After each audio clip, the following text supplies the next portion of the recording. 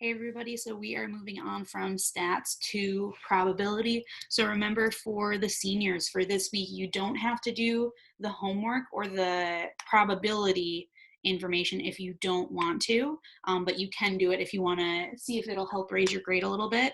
But you do still need to take the statistics quiz. So for the seniors, that statistics quiz is going to be the last grade that you guys have to do. If you want to keep going and you want to do the probability, you're more than welcome to do that. But for all of my underclassmen, and you guys have to keep continuing with the probability. So just for the seniors, you don't have to do the probability stuff. So we're going to start off pretty easy with our probability. So first we're going to talk about mutually exclusive events. So these are when two events occur that do not have any overlap.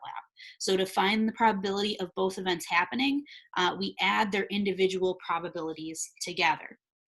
So for this first example, we have a spinner here, and my printer was running out of some ink, so this is green.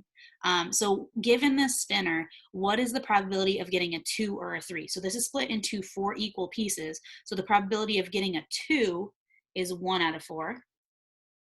The probability of getting a 3 is 1 out of 4. And I just add those together.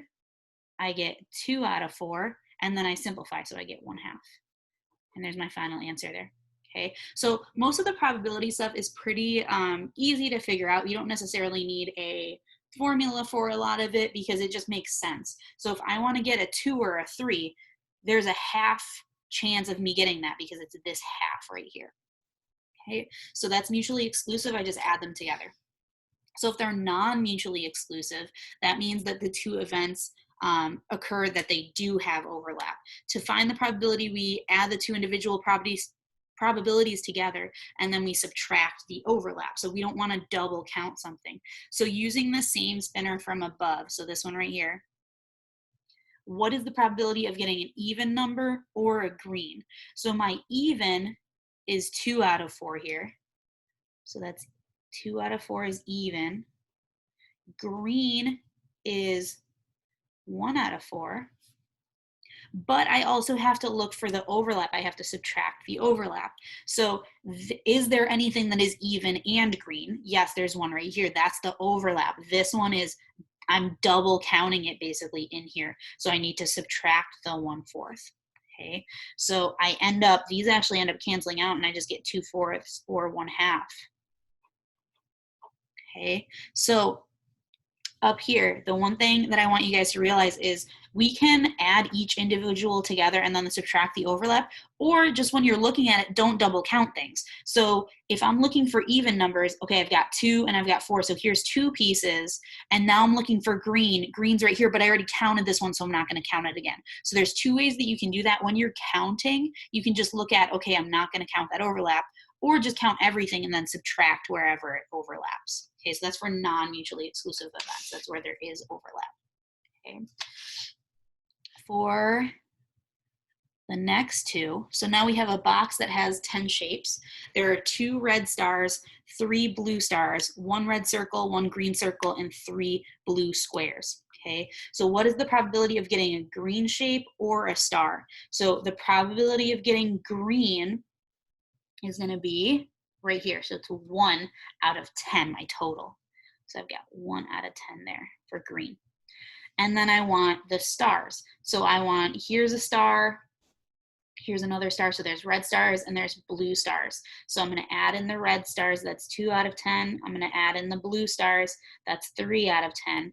Now I just need to check to make sure there's not any overlap. So are there any green stars? Are there any that are both? And we only have green circles, so we're good. We don't have any overlap. So now we're just adding them all together. And our denominators here, I don't want to simplify this 2 out of 10 because I have to add them all together, and you need the denominators to be the same. So that 1 plus 2 is 3.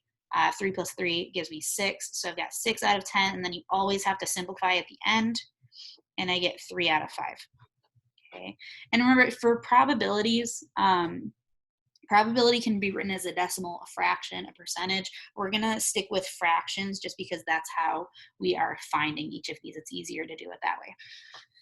Okay, and then for the same situation, we're still using the box here, but we're looking for a probability of getting a star or a red shape. So let's look at all of our stars first. So I've got 2 red stars, so I've got 2 out of 10. I have 3 blue stars, so plus 3 out of 10. So I got all my stars. Or a red shape. So now for red, I have 2 out of 10 stars, but I already counted that, so I can actually get rid of that because I already counted these here, so I don't need to double count it.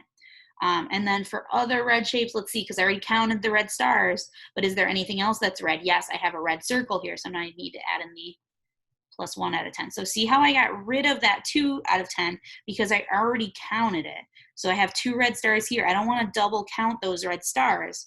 So I only count them once. I get rid of that. So now I'm going to add these up, and I actually end up getting the same answer here. So 2 plus 3 plus 1 is 6 out of 10, and I end up with 3 out of 5 again. Okay, and that just so happened that these answers were the same. They could be different. They don't have to be the same. Okay, so biggest thing is make sure that you are not double counting anything. So like with these stars here, stars or red, I need to take out the red stars once I add everything together because I don't want to double count those. So for your mutually exclusive events, those are super easy. Just add them together. For non-mutually exclusive, you just add them together and subtract the overlap. So go ahead and try your homework for probability day 1.